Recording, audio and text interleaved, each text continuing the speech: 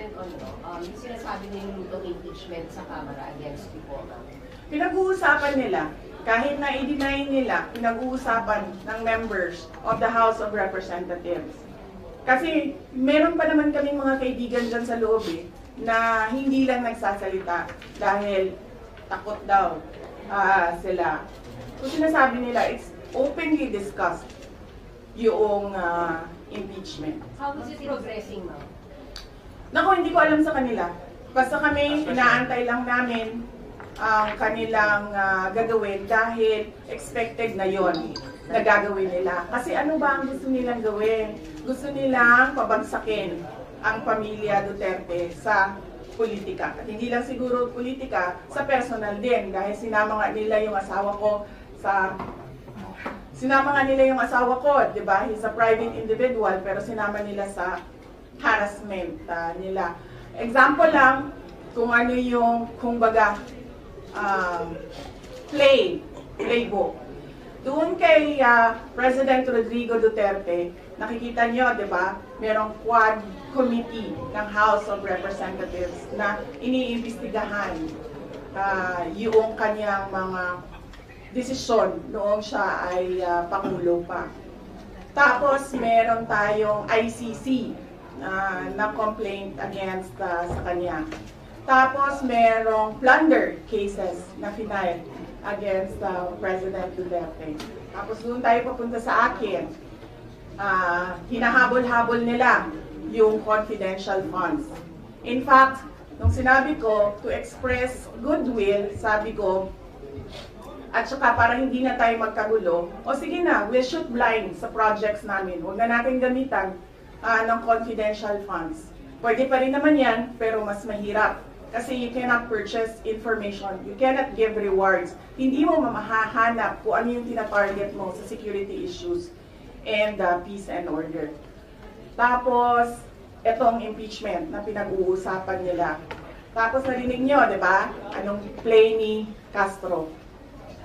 Ang sabi niya, kukunin namin lahat ng mga papeles sa loob ng COA. Saan ka naman nakahanap ng constitutional body, constitutional commission, at ang House of Representatives, uutusan niya ang isang independent commission na ibigay mo yan lahat sa akin. Ano, sila ang mag-audit?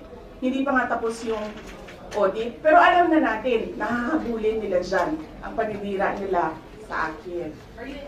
Tapos, pumunta tayo doon sa aking kapatid at sa aking asawa.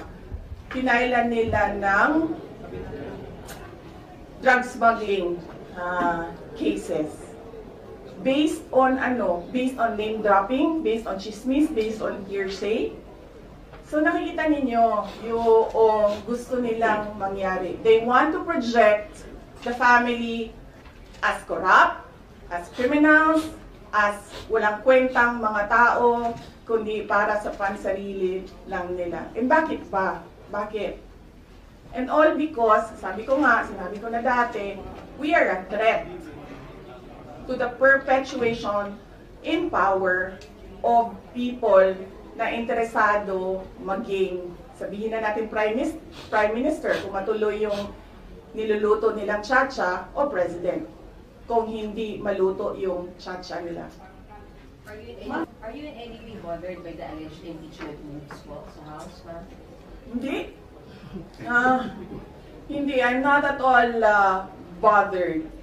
I am bothered na gusto nila i-frustrate ang pinili ng mga tao na maging Vice President, all because of power and politics. Pero kung ako lang, ulitin ko lang ha, unang-una, hindi ko gusto tumakbong President. Di ba nga, kaya nung tinanong ako ng magkapatid na Marcos, ni BBM at ni Senator Aimee, kung tatakbo ako, diretso ko sinabi, January of 2021, sabi ko sa inyong lahat, hindi ako tatakbong Pangulo. Totoo yun. Tapos,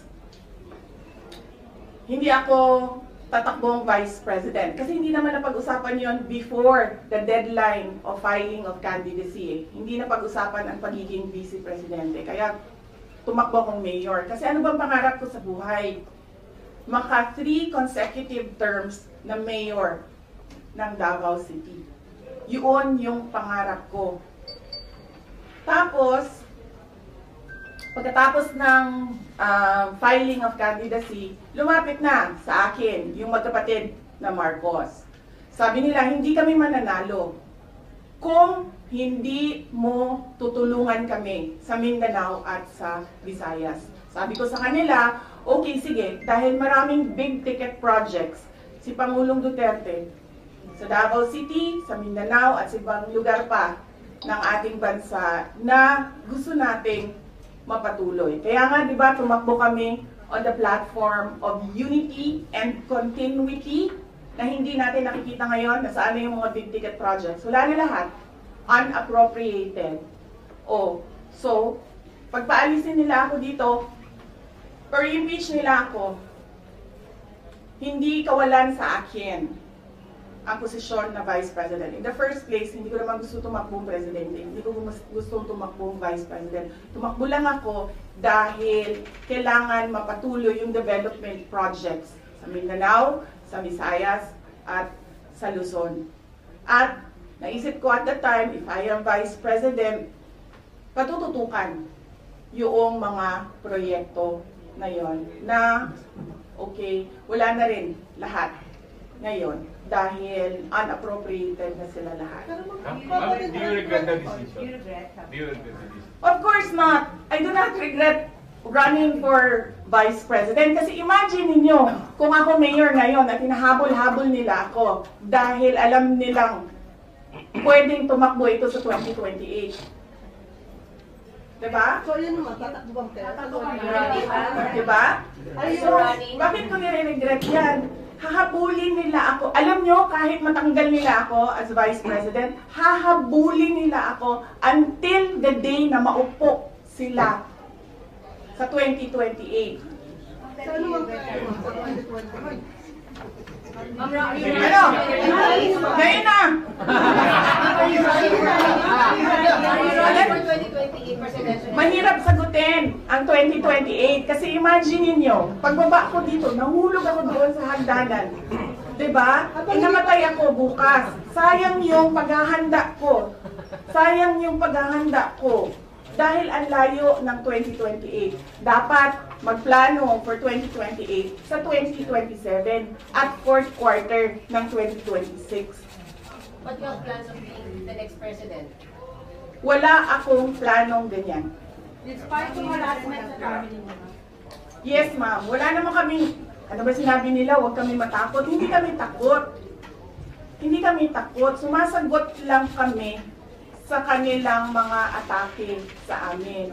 At gusto lang namin ipresenta sa taong bayan ang isang perspective na ginaganito kami dahil we are a threat politically and for power. Do you regret having the mark?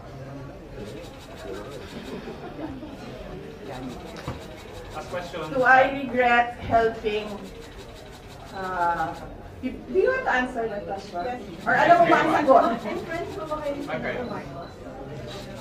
Senator Amy? Amy. Senator Amy Marcos? Magkaibigan naman kami. Last question. Helping BBM. helping PBBM.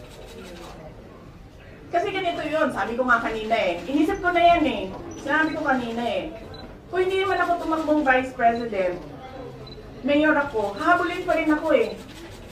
Hindi nga natin alam kung sinong mananalo nun eh. Kung hindi ako tumakbong Vice President, hindi siya ang President. So likely yung isa ang President. Eh lalo na yun. Kita nyo nga doon, di ba? Tanggalin daw ang...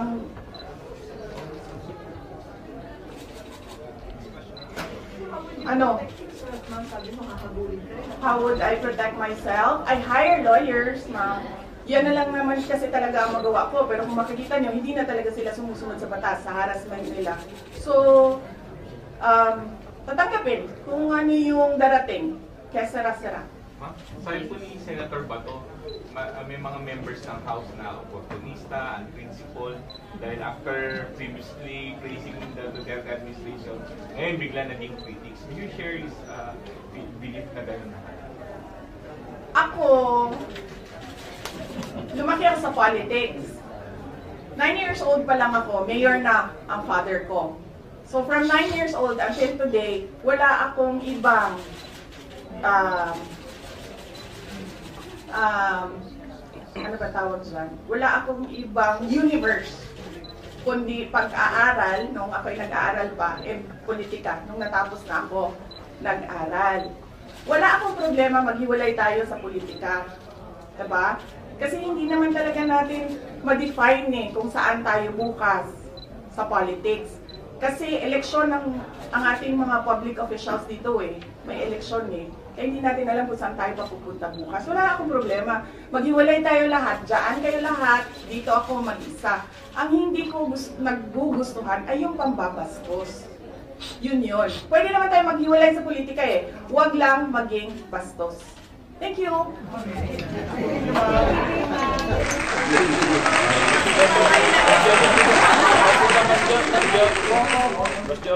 Next.